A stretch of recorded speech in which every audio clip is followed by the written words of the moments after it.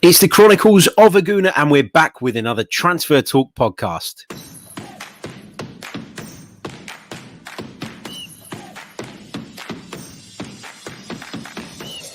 You're listening to the Chronicles of a Gooner, the Arsenal podcast. I'm Martin Tyler, and you're listening to Harry Symeou.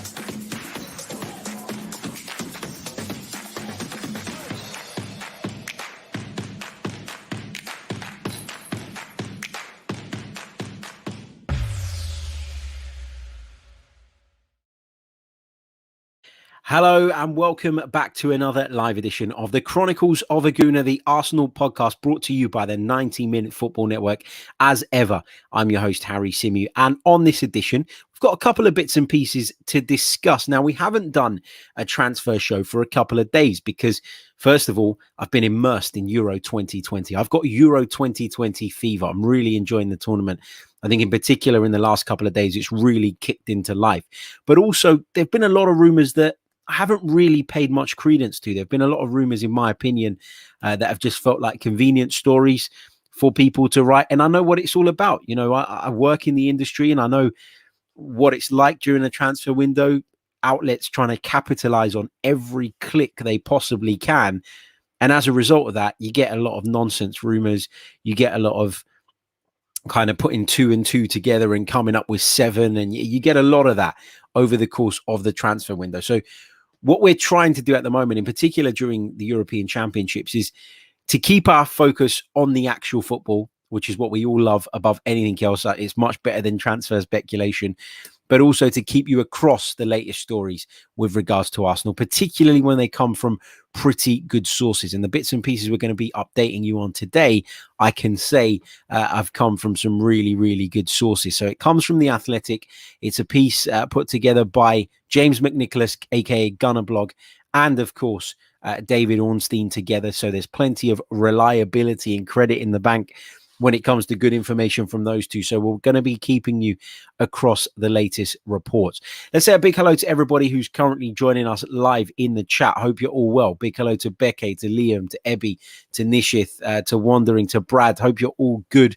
And of course, to everybody who will be listening to this back via the audio platforms, or those of you who will be catching up with the video on replay. Before we dive into the stories, just a quick reminder, if you haven't done so already, please do hit the like button if you're watching us on YouTube. That really, really helps. Subscribe to the channel if you're new. We're on the way to 14K. Want to get there as soon as possible. And of course, if you're listening via the audio platforms, we really need some reviews on the board. We actually get measured on that, and it helps push you up the rankings on Apple Podcasts in particular, if you can get plenty of reviews on the board. So if you wouldn't mind doing that, I'd also be incredibly grateful. But without further ado, let's get into today's big story. And that is that Arsenal have had a bid rejected for Albert Sambi Lokonga, the Anderlecht midfield player. Now, Arsenal's bid was said to be around about the 15 million euro mark, so around about 12 to 13 million pounds. But it's understood that Anderlecht at the moment are holding out for something closer to 20 million euros, so around the 16, 17 million pound mark. Now, Anderlecht are in financial trouble. Anderlecht posted losses of around about 50 million pounds plus. So, you know, they will be open to a deal, Anderlecht, and you can understand why they've not accepted the first offer, why they've not accepted the first bid, and why they're going to try and push and get as much out of Lokonga, a player who's much sought after by those on the continent at the moment. Why would they not try and get as much as they possibly can? If they were to achieve that 20 million euro asking price, it would be a massive offset against those losses that, of course, they've registered.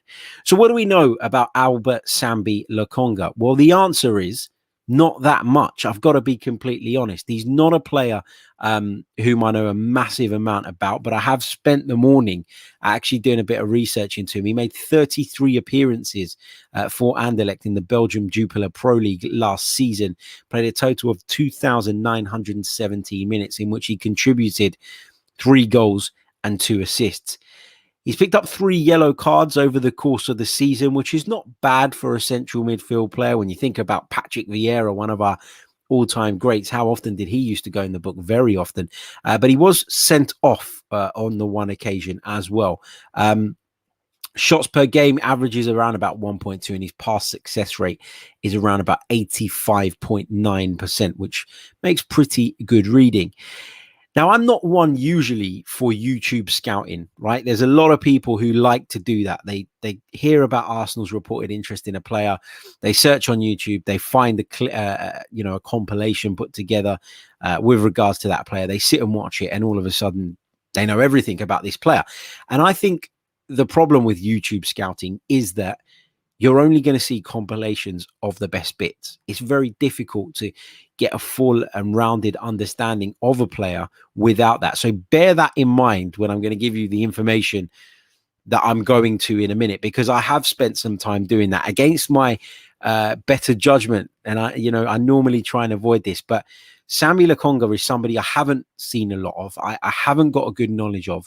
And rather than sit here and lie to you guys, I thought I'd watch something to try and give me a bit of an understanding with regards to the player's style. What I will say, though, is take, all these positives with a pinch of salt, because it is just a compilation. So whilst I may have captured many of his strengths, I probably haven't captured a lot of the weaknesses. And that is where, you need to be mindful of doing what I've just done, which is going on YouTube and checking out a video. But there is a really good video of Albert Sambi Lokonga on YouTube, and I've linked it in the description of the show. So feel free to check it out afterwards, see if you agree with the points I've made and what your thoughts are on the player. It's also got some really soothing background music, which is always great as well.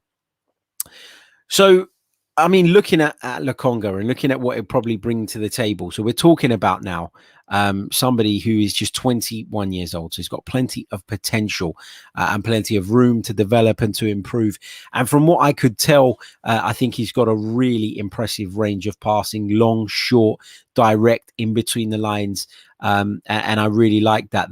The fact that most of the passes captured in that compilation are progressive, are through balls in behind, in between fullbacks and centre backs. That's a pass that, he can be seen making in that compilation video on numerous occasions. So you'd assume it's one that Lokonga looks for when he receives the ball in the middle of midfield.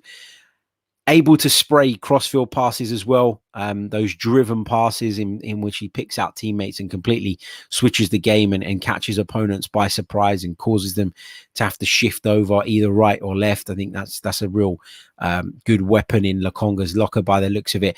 Also looks really elegant on the ball. And he reminds me, and I'm not saying he's going to be, don't take it this way, but he reminds me a bit of Patrick Vieira in the sense that when he controls the ball and he turns and he moves and he carries it, it's almost as though things have gone into slow motion, but actually he's deceptively quick when traveling with the ball.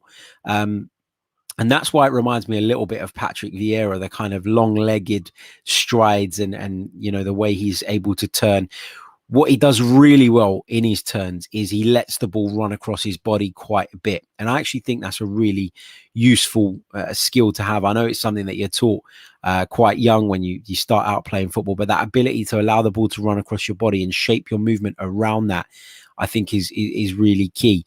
There are times to do that and times not to do that, because ultimately, if you're letting the ball run, you don't really have full control of it.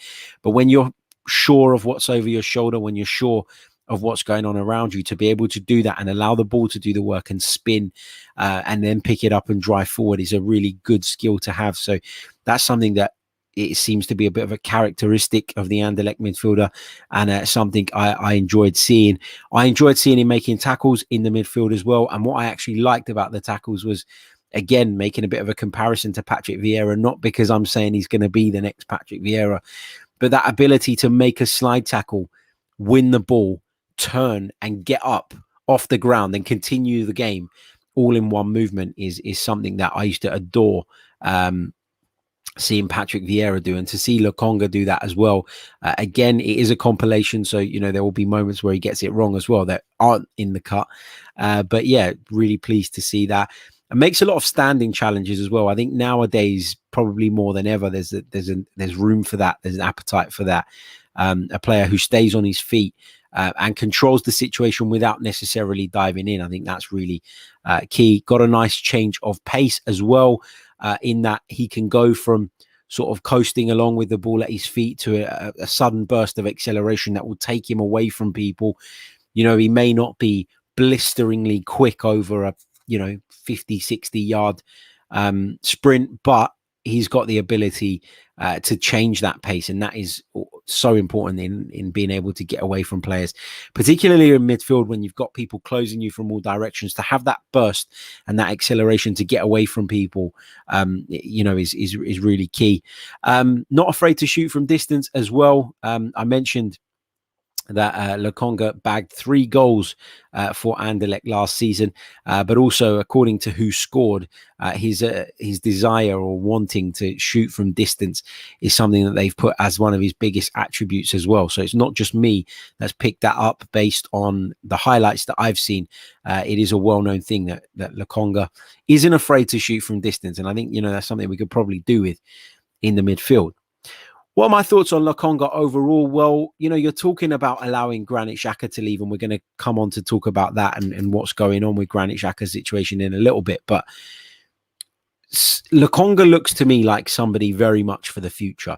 He looks to me like a bit like a Matteo Guendouzi signing, where you're bringing him in with a view to the longer term, but you're also open to the fact that he may be ready, and he may be somebody who learns quickly, and he may progress quickly, in which case you wouldn't have any reservations about throwing him into the first team. But the primary kind of remit for Lokonga coming into the club, I think, would be as a backup, would be not in the first choice midfield pivot, not one of the two.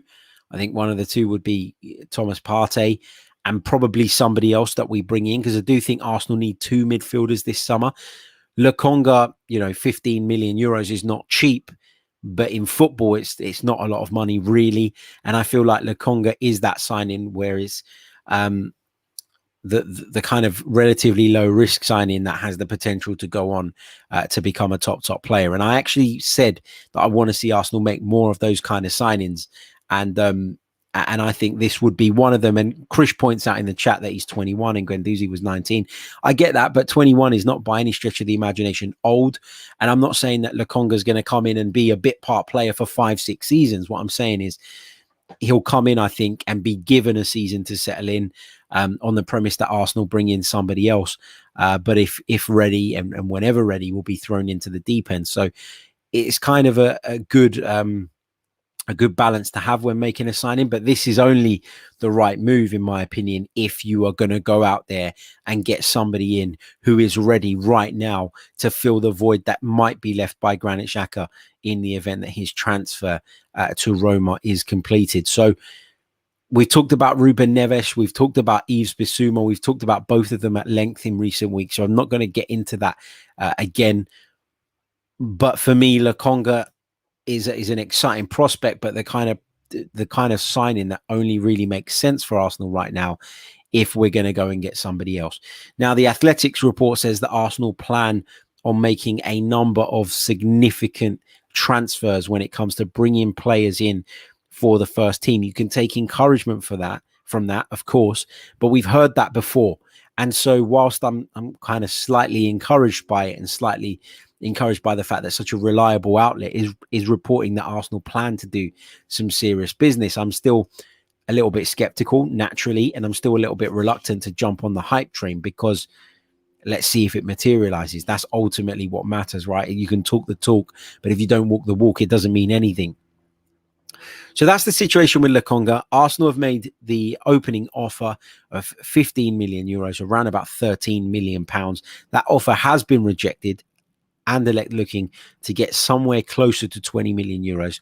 But I do believe that even if Arsenal fall slightly short of Anderlecht's valuation, Anderlecht will do a deal. They're playing hardball right now, and why wouldn't they? It's still very early on in the window. But as I talked about earlier, Anderlecht's financial losses have been very significant over the last couple of years. And there is an appetite from Anderlecht to sell Lokonga because of how much of that debt or how much of that loss they could offset by doing so. So watch this space. The fact that Arsenal have made a bid signals that their interest is concrete. But as we saw with Emi Buendia, it doesn't always mean that the deal is going to get over the line. There could be other suitors out there circling around Lokonga, and we have to be mindful of that as well. So let's see. But someone that I'd like to see join the club, as I've repeatedly said, though, on the premise that we do go and get somebody else in the midfield, because I do truly believe that Arsenal need 2 players in that area this summer. I think it's the most important area in terms of improving the team this summer. And fingers crossed we're able to get the business done that we want. The report also goes on to talk about Martin Odegaard, and it talks about the fact that the Norwegian looks set to stay at Real Madrid. He was Arsenal's #1 transfer target in that sort of playmaker position, as indicated by the Athletic, but sources indicate that the 22-year-old is expected to remain at the Bernabeu for the 2021-22 season. It's not the news that Arsenal wanted, but if we can't get the deal done, then you've got to start looking elsewhere. I think Martin Odegaard would have probably been quite open to staying at the club. I think from what he said, we can kind of gauge the fact that he's enjoyed his time at the Emirates Stadium. He's fitting really, really well. But if Real Madrid don't want to sell him, or they're asking for a price that is just beyond Arsenal's reach, then you don't do it. You move on from the target. It's a shame, but that's football and that's the reality of it. I actually think he'd be a good signing. I really do. I think that there were signs of promise from Martin Odegaard, and you got to bear in mind that he only joined the club at the back end of January, had very little time, had a couple of injury issues along the way as well, which didn't help him. But, if it can't be done, he might have been Arsenal's first choice, but it's time to move on to option B now, because from what we're reading, from what we're understanding, Martin Odegaard is not going to be allowed to leave Real Madrid this summer.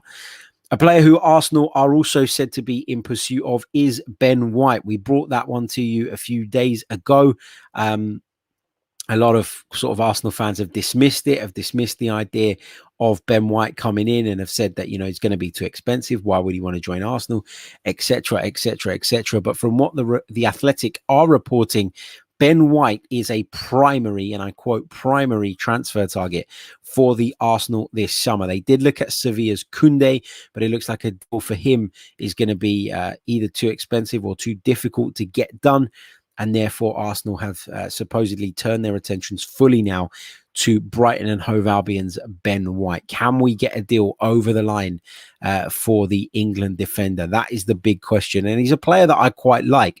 He's a player who I think is incredibly versatile, able to play in the centre-back position, whether that's on the right, the left, or as one of a 3. Also capable of stepping into a defensive midfield position as well, which is something that will appeal to Mikel Arteta.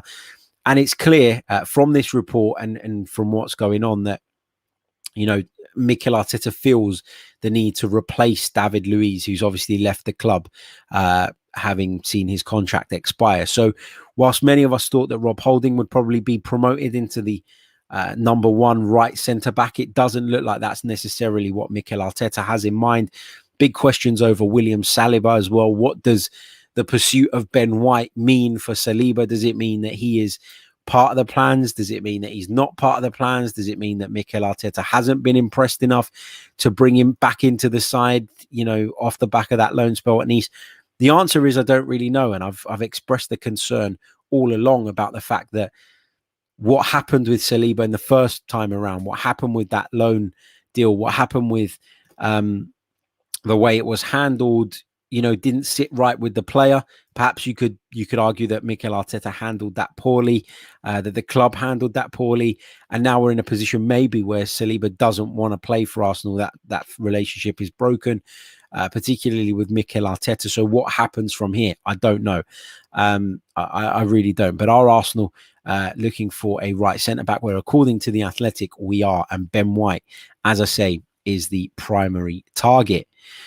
We've touched on Martin Odegaard. We've touched on the bid for Albert Lokonga. Let's move on to another player who could potentially be leaving the club this summer, and that is Granit Xhaka. Now, it seemed just prior to the Euro 2020 kickoff that a deal that would take Granit Xhaka to Rome, to the Eternal City, was just around the corner. However, a few days down the line, there are still no signs of this deal being completed, and there has been no movement with regards to the Swiss captain Why? Because Roma and Arsenal have reached a stalemate with regards to the transfer fee.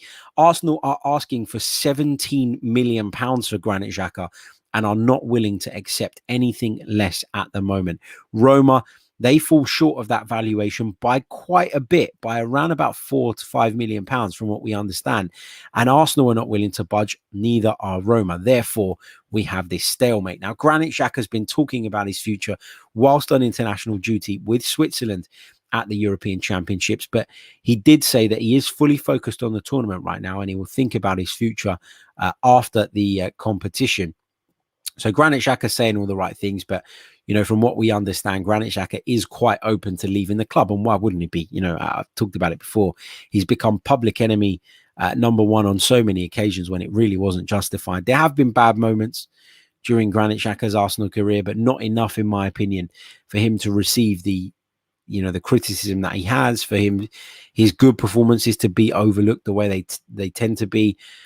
But anyway, we move on from Granit Xhaka, but you know, at the moment, Granit Xhaka isn't going anywhere. And Roma's sporting director, general manager, whatever you want to call him, Thiago Pinto, has been speaking about the fact that he now expects Granit Xhaka to apply pressure on Arsenal from his side.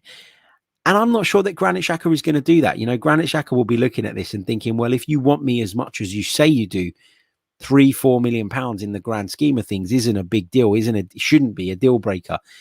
Arsenal understandably want to bring in as much money as they can in order to help finance some of the deals that we've just been talking about. But, you know, why should we budge? You know, Granit Xhaka is not somebody that's been hanging around the peripheries of our squad over the last couple of seasons. He's become a really, really important player. And I know there's a lot out there who don't agree with that, who don't like that, who are disappointed by the fact that he plays such a prominent role and feel that that's part of our issue. But he has played a prominent role. And so he's worth a lot more to us than a measly, you know, 13 million pounds, which is what Roma are rumoured to have offered for him. So I understand why Arsenal are playing hardball. And I would be, if I were the club, doing exactly the same thing. If we keep Granit Xhaka, I don't think it's a bad thing. But if we sell him equally, I don't think it's a bad thing either. So with Arsenal not being, you know, too kind of extreme on this one way or the other, they can afford to play hardball with the kind of, you know, with the fear of the deal maybe collapsing. Because if it collapses and Arsenal keep hold of Granit Xhaka and he plays for the club for another season, I don't think that'd be a negative. I don't think Mikel Arteta is pushing Granit Xhaka out the door. I think this feels like a bit of a convenient transfer in the sense that Xhaka wanted to leave the club previously, isn't really happy with the way he's been treated, probably feels like a move to Roma, who, by the way, are offering him a 5-year contract at the age of 28. That would be a massive appeal to Xhaka. And so with Arsenal not being fussed, in my opinion, one way or the other, I'm not going to say they're not fussed at all, but I mean, there's not a desperate need to move him on. And equally, I don't think anybody would be complaining within the club anyway if they were to keep him. So because of Arsenal's position, they can afford to play hardball. They can afford to apply, you know, or they can afford to ultimately try and squeeze as much out of Roma as possible. And why shouldn't we? Clubs do it to us all the bloody time. So why should we not do it back?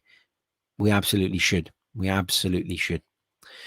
So that wraps up kind of the latest stories. I know there have been some talks around Arsenal and Manuel Locatelli of Sassuolo. You know, I'm not really buying into that at the moment. If it does develop, if it does progress, then we'll obviously bring you a little bit more on that and a little bit more on Locatelli, who's a really interesting prospect. Played really well for Italy, I thought, particularly in the second half against Turkey on Friday night. And we'll get another glance at Locatelli in the coming days as well. So, yeah. That's another player Arsenal being linked with. But again, as I say, with so many of these transfer rumours, take them with a pinch of salt at the moment. Don't forget, if you haven't done so already, hit the like button. Let's check in where we are in terms of likes. Bear with me a second. All the notifications would come up on my phone, wouldn't they? About updates and God knows what else, just when I want to check in on something. So we've got 135 of you watching live right now on YouTube. We've only got 35 likes though. Let's at least get that up to 75. That should be really easy to do. Doesn't cost a thing. Smash the like button, and of course, subscribe to the channel if you're new. If you want to become a member and support me to bring you more content, then click on the link in the description as well. Your support is very much welcome. Get your questions in the chat box. Let's pick up on some of your questions. Pop a little cue at the beginning of the questions. It really helps me in terms of picking them out in and amongst the chaos of the chat. So please do that. Drop some questions in. And don't forget, if you haven't already, check out our latest edition of our Euro 2020 daily show. I'll be recording another one tonight, really late though tonight, because I'm working on the France-Germany game. And I'm going to be working whilst watching it with some friends, and casually working, I should say. But yeah, so I'm not going to be back home till quite a bit later, but I will get that out to you around about 11 p.m. We'll go live. But if it's too late for you, you can pick it up in the morning, of course. Big hello to Innie in the chat for your very kind super chat donation. Thank you. He says, hey, Harry, to what degree do you think managers make transfer decisions based on tournament performances? Didn't they see the players prior? Yeah, I think tournament performances can open your eyes to certain players and open your eyes to people that you may not have considered previously. But I don't think it would be based solely on that. I hope it wouldn't be anyway, because international football is very different. And sometimes players can fit into a certain side due to their characteristics, due to those around them, due to the kind of cohesion that is, or the chemistry that is built off the back of that, and maybe they necessarily won't be the right fit for your team. So I do think managers consider their tournament performances. I do think it puts people in the spotlight that may not have necessarily been in the spotlight previously, but I don't think it's the be all and end all when deciding on a transfer target, in my view anyway. Thank you for your question, and thank you for your very kind super chat donation. Vikshan says, Harry, we have been linked with a lot of right backs. Who would you prefer among our targets? Well, I was actually quite on board with the idea of Arsenal going for Zeki Celik, taking into account all the factors, the fact that he had a really good season with Lille, the fact that he looks like a complete fullback in terms of being able to get forward, defending quite well and robustly as well. But I wasn't impressed by his performance against Italy for Turkey on Friday night. I thought he had a really difficult time dealing with Insigne and dealing with Spinazzola coming up on the outside as well. So it's really hard for me to say. I'd hope that Arsenal have done a lot more scouting than I have. Zeki Celik was someone that was in my mind, just because I still think Callum Chambers could play quite a bit there, and I don't see the right back position as one that we need to spend an absolute shitload of money on. When I look at the priorities and I look at the midfield, which for me is the biggest area of concern, so that finding a player of a higher profile for that midfield pivot alongside Thomas Partey, as well as bringing in a number 10, are the priorities for me this summer. So Zeki Celik felt like an option on which we wouldn't have to break the bank, but could come in and do a decent job. I've not completely gone off him, but I was concerned by his performance for Turkey the other night, albeit they as a team were pretty dire. But I'll be having another close look at him when they take on Wales tomorrow as well. So he's certainly one that's in the contention for me. Omar says, how long before Arsenal announce a signing? I wouldn't hold your breath, Omar, put it that way. Majid says, what do you think of Sabitzer? It's reported he's going for £15 million. That's a great bargain. I'm a big fan of Sabitzer. Really like him. Played really well, I thought, for Austria the other day as well against North Macedonia. So I'd like to see Arsenal move for him. If he's available at that price, which is what the rumours and the reports are saying, then you have to go for him. You have to make an offer. You have to try and bring him to the Emirates Stadium. I really like the player, and yeah, I'd be up for that. BS says, would Lokonga start a few games, or would it be better to buy him and loan him out for a season? Great work as always, mate. Thank you for your kind words, first of all, mate. No, I think Lokonga would be in and around the first team squad. I don't think I'd loan him out. I think I'd keep him there. The whole point in bringing in players right now is to make us competitive right now.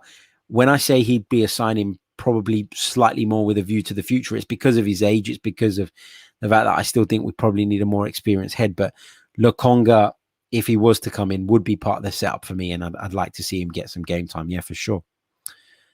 What else have we got here? Just going to pick out a few more questions. Alfred says, what about keeping Joe Willock as a replacement for Danny Ceballos? I know a lot of people are quite big on this.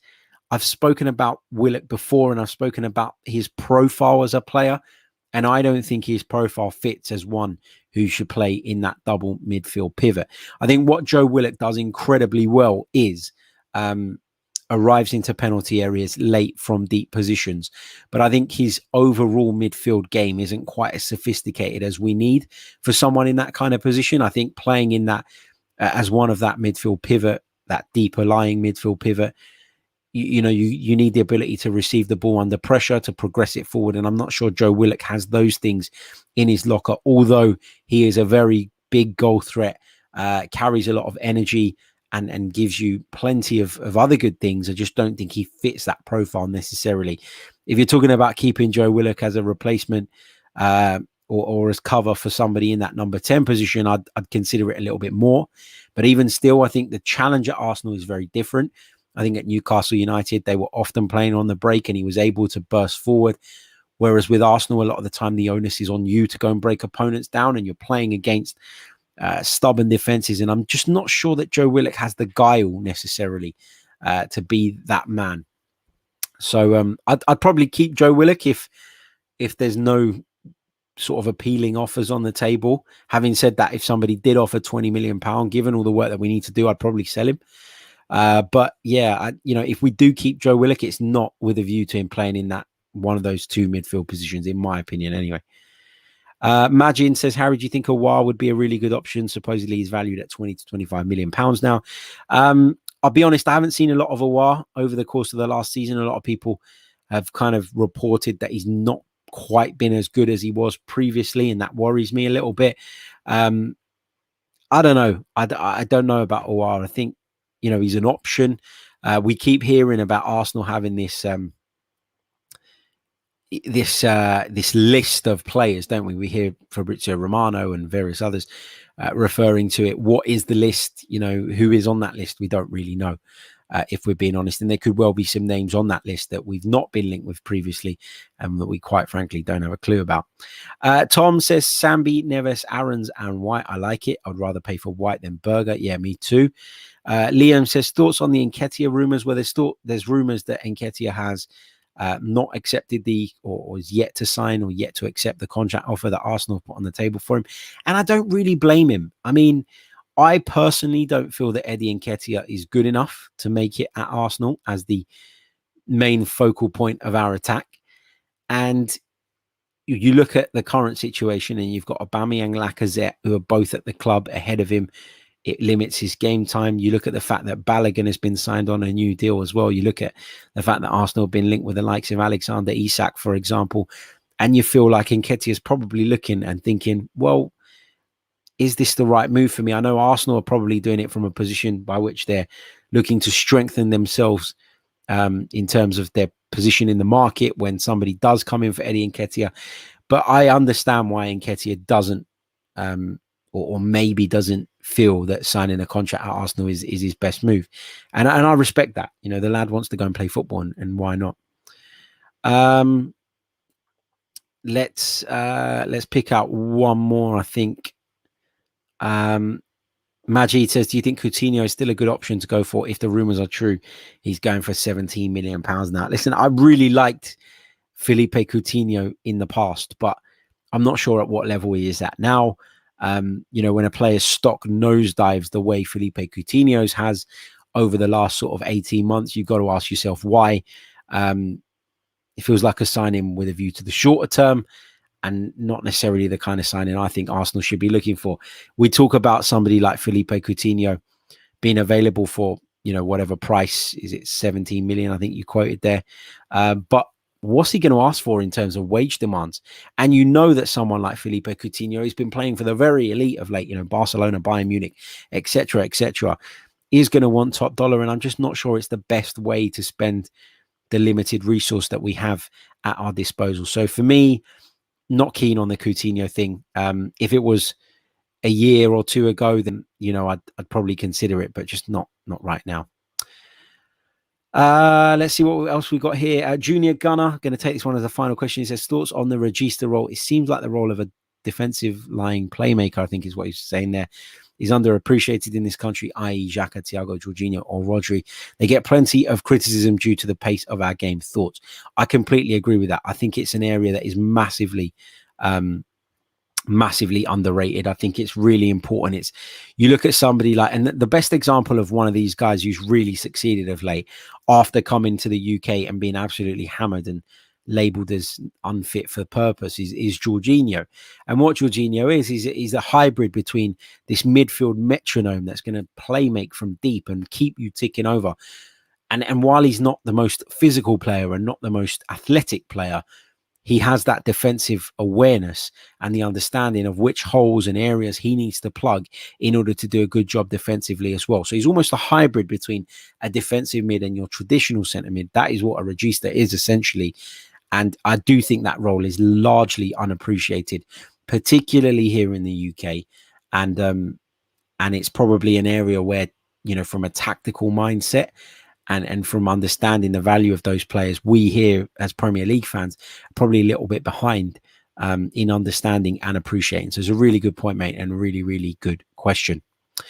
Right, I'm going to leave it there. Thank you all so much for tuning in. So just a quick reminder of the top stories today. Arsenal have made a bid for Albert Sambi Lokonga of Anderlecht. The bid was rumoured to be 15 million euros, so around about 12 to 13 million pounds. It has been rejected by the Belgian club, who are looking for something closer to 20 million euros, so around about 16, 17 million pound mark. Although there is an understanding that there is an appetite from Anderlecht to get a deal done in order to try and help offset some of the big losses that they've incurred over the last couple of seasons. Check out the link in the description to a video on Albert Sambi Lokonga. As I said before, I'm not a big YouTube scout, but I did think this video was quite interesting and gives you a bit of an understanding into what type of player we're looking at. In other news, Ben White is a primary target for Arsenal during this transfer window. That's according to The Athletic. Martin Odegaard looks as though he's staying put at Real Madrid.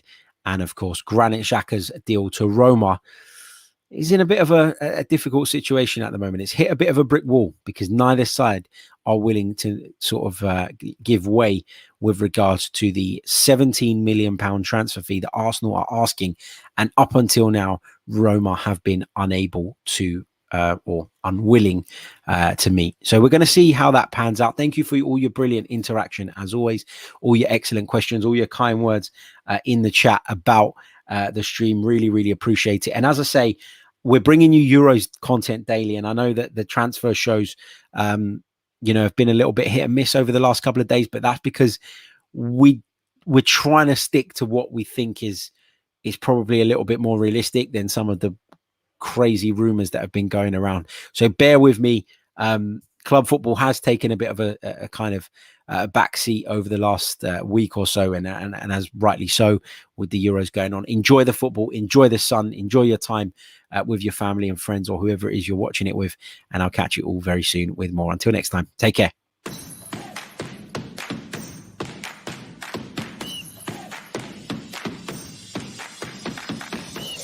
You're listening to the Chronicles of a Gooner, the Arsenal podcast. I'm Martin Tyler, and you're listening to Harry Symeou.